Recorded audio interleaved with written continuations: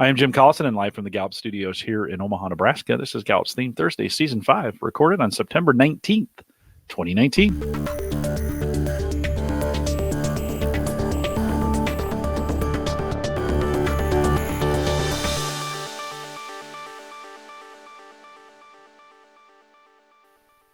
Theme Thursday is a Gallup Webcast series that dives deep into the CliftonStrengths theme one at a time, and today's theme is Includer. If you're listening live, love to have you join us on our chat room. There's a link on the live page right below the video window. Actually, on the new live page, it'll be above the video window. So a little bit of a change there as you're going. If you have any questions, you can send us an email, coaching@gallup.com. Maika Leibbrandt is our host today. She's a workplace consultant here at Gallup. Maika, always great to see you. I'm talking fast because we're having internet problems. Welcome to Theme Thursday. Thanks, Jim. You did it. You got through it. Thank you so much. Gosh, it's great to be here. Get to talk today about the theme of includer.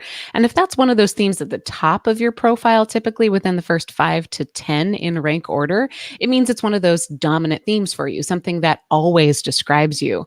Of course, the magic of CliftonStrengths and the entire sort of strengths-based development assumption is that you get the very most out of looking at those patterns of behavior that come naturally to you, rather than trying to add where you have some other patterns that are missing. Your greatest chance to succeed, whether that's at work or anywhere, lies in strengthening what you naturally do best and doing more of it on purpose. So today, if you do indeed possess a great deal of includer talent or care about someone who does, this podcast is for you. I don't, so this is a magical talent for me. I really love it when I see it in people. But what does it mean to have it as a top talent theme? Yeah, if you've got dominant includer, it means that you accept others. You are aware of when other people feel left out, and you show that awareness through the efforts that you have and that you demonstrate to bring them in. And how, with people with this, how might they notice it in their life? It might be easy for you to think about the experience someone else is having. You probably do this without trying. It's almost like cerebral empathy, whereas the CliftonStrengths theme of empathy would be you feel what other people are feeling. I think includer is you consider other people's perspective, and you can almost not necessarily put yourself into their shoes, but put yourself into their vantage point. For people with includer, the party is never too big. The guest list is never too long. You don't see reasons to limit involvement as quickly as other people might. You do see that there are ways to make room for people, for more people all the time. You might like to shop around ideas before they become real solutions or before you commit to them. It's about thinking through other people, really that external capacity that many of the relationship building themes have, really to sort out how do other people see things, how does it make them feel, and then what am I going to do that's going to be inclusive? Now I know why I like it so much, because it's a big party, or like a little bit like woo likes that as well. What potential blind spots might hold people back from excellence with includer? So this is not a diagnosis. There's no scientific guarantee, just our responsibility, if you have includer, to understand how your theme might be perceived by others. I think when we're looking at this idea of blind spots, really what we want to look at is how do we get even better by conceiving of perhaps how we could get in our own way. So for people with high includer, including other people is simple to you. You spot the similarities that we all share, but that might not be as simple. It might not be as clean for other people to see. Know when you're introducing unnecessary complexity by introducing more people to the equation. So understand that there's more than one way to invite people. You could expand your ability to consider experiences outside your own by perhaps inviting consideration of others instead of actually inviting others. Rather than making the guest list longer, challenge people who are already there, who are already at the party or the meeting or on the team, to consider those who aren't. So it's not just being the tour guide who brings the whole party with you.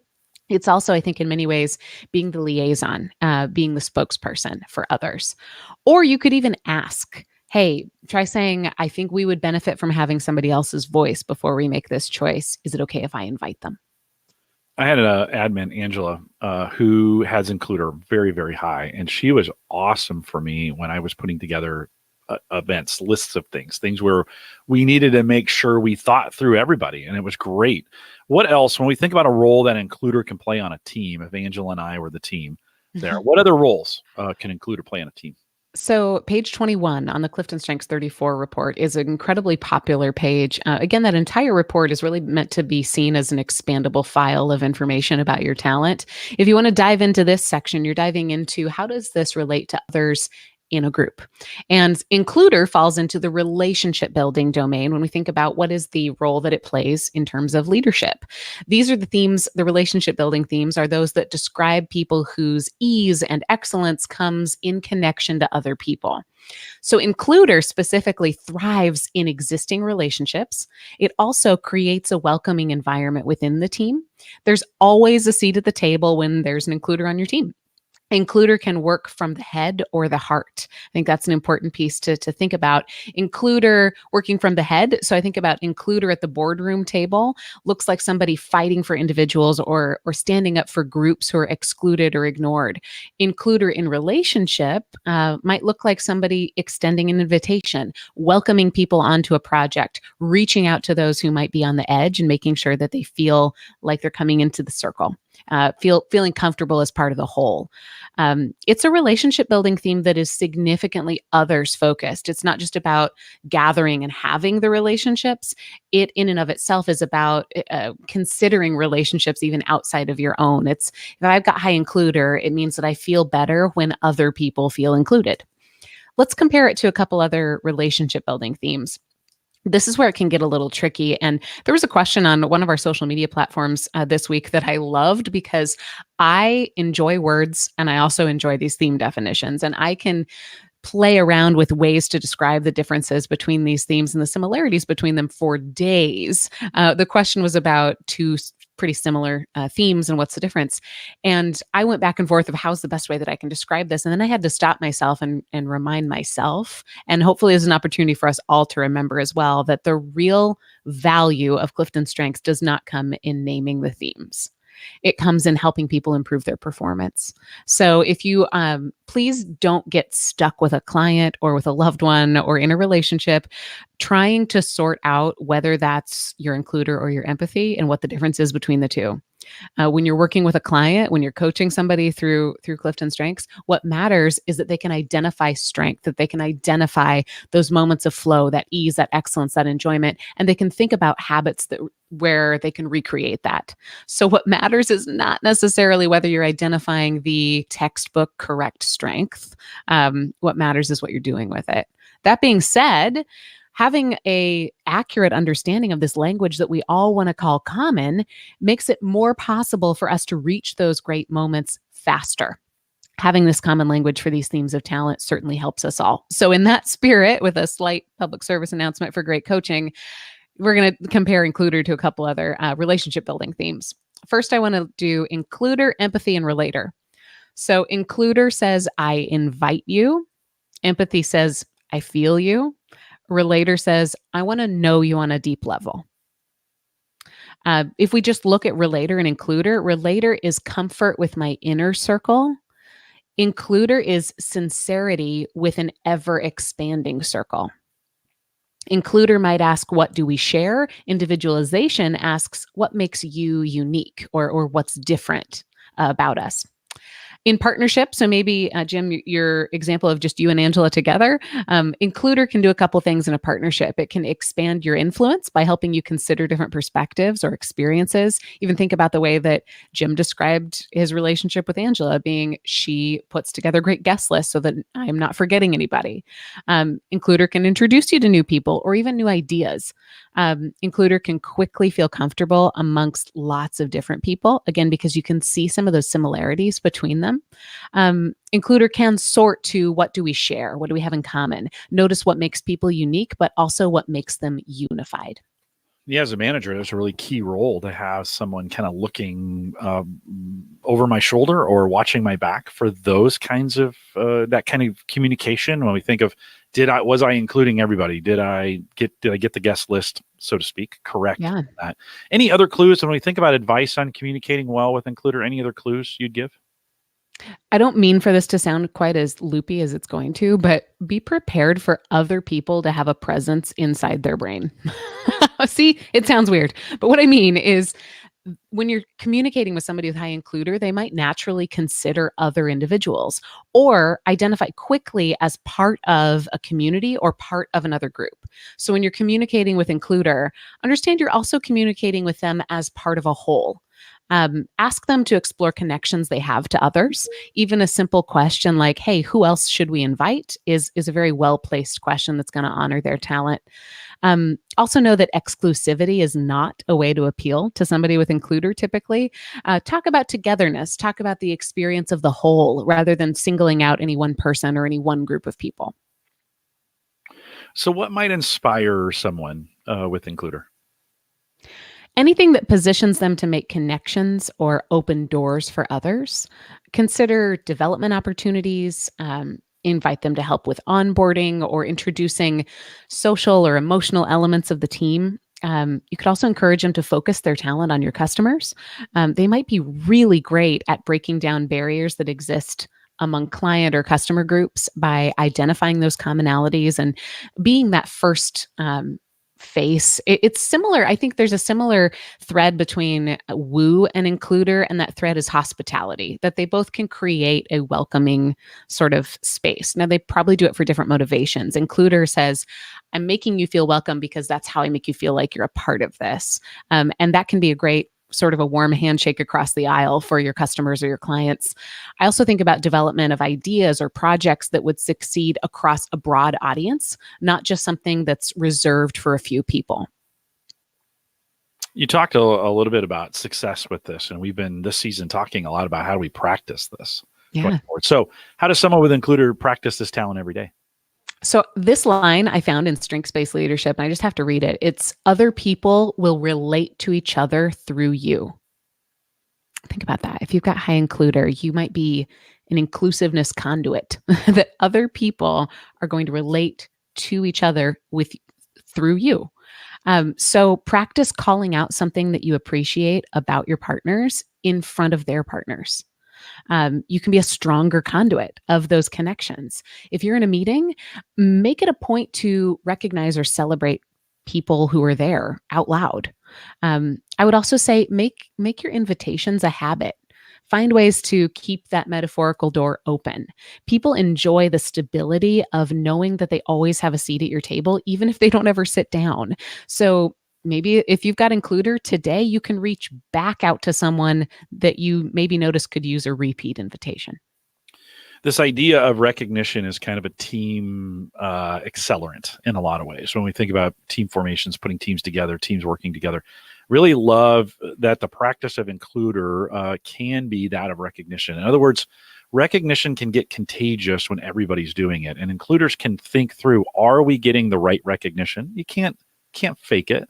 But are we getting the right recognition to everybody in the group that deserves it? And I just appreciate that talent. If you want to talk about team and team successes or even individual relationship successes, I think includer has a little bit of a secret there in being able to make sure that is recognized. Speaking of practice, we've been spending time this season through these talent mindfulness exercises, and Maika, they continue to get good feedback. How do we want to talk about it today? Well, speaking of recognition, Jim, I think you're really going to like specifically our talent mindfulness for today. This is a way to practice your talent. It's for you. It's for you right now in a very includer move. You don't need the CliftonStrengths theme of includer for the next 3 to 5 minutes to be beneficial for you. I would invite you now to just drop any expectations, clear your expectations, drop your baggage, just spend the next 3 to 5 minutes really investing in your own self. So let's start just by emptying your lungs. Push all the air out of your body to the point that you feel almost uncomfortably deflated. Now breathe in slowly through your nose as if you're inhaling through a small focused stream of oxygen. I want you to hold that renewing, refreshing breath at the top as it fills your lungs, your trunk, your body. And now exhale through your mouth, dropping anything that you carried into this practice.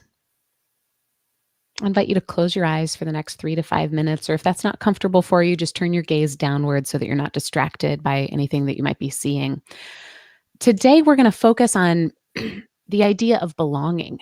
There are two elements of well-being that require other people in order to improve: social and community well-being. Social is about having a lot of love in your life, and community is about feeling a connection to a larger group of people. When we're thriving in well-being, our talents show up in healthy ways for ourselves and for others. This matters quite a bit, and it is something that we have the control to influence. This exercise is not about whether or not you belong somewhere. It's about cultivating that sense of belonging for others. Imagine you've been placed on a nominating committee for an important award. It's for having a meaningful impact within a group of people. And this award is kind of magical. You see, it doesn't come with a trophy necessarily. It comes with 3 wishes. The recipient of this award gets to select 3 ways that they would most like to be recognized, and the budget is infinite. Wait, hold on. I have some more news. This just in. You're not just on the nominating committee, you've been promoted. Congratulations. Now you are the sole decision maker of who should receive this very important award. And again, the award is for having a meaningful impact within a group of people. So of all the people that you have seen, heard, or felt connected to this week, pick one. Who deserves special celebration for the impact they have had on others? If everyone that you've seen this week was standing on your front lawn or your doorstep, which one steps forward in your imagination as being especially deserving of this award that you get to give? See their face, hear their voice.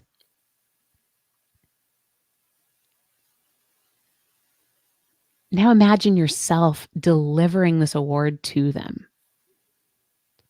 What is it you would tell them is the reason they deserve this award?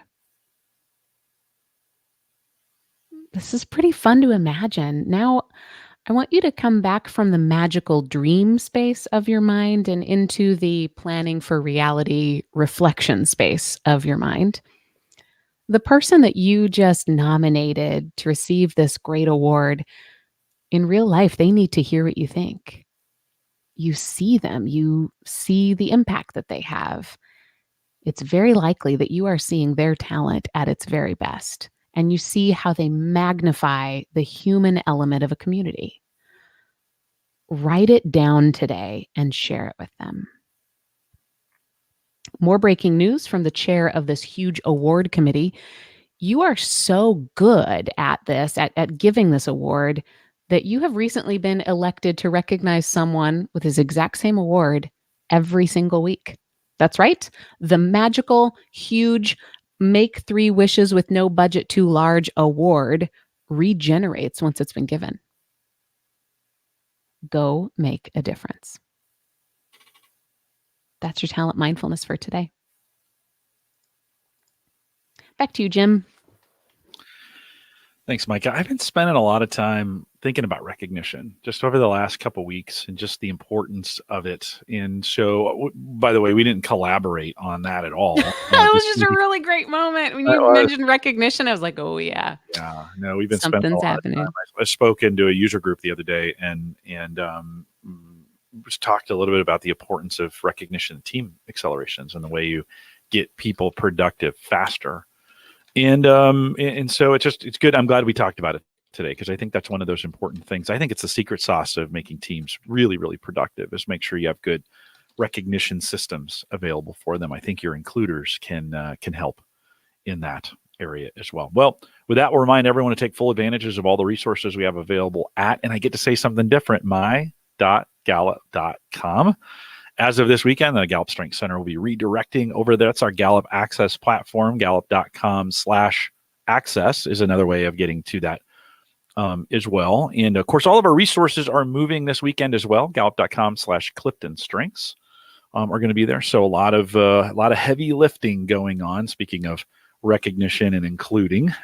in that space, a lot of that going on as well. Here, if you're interested in becoming a Gallup certified strengths coach or want a list of any of our courses that lead to either certifications or just some smart learning, you get a list of all of them, global classes around the world, courses.gallup.com. If you want to join us live, and why wouldn't you, for one of these webcasts, we'd love to have you follow us on Eventbrite, and that is not changing.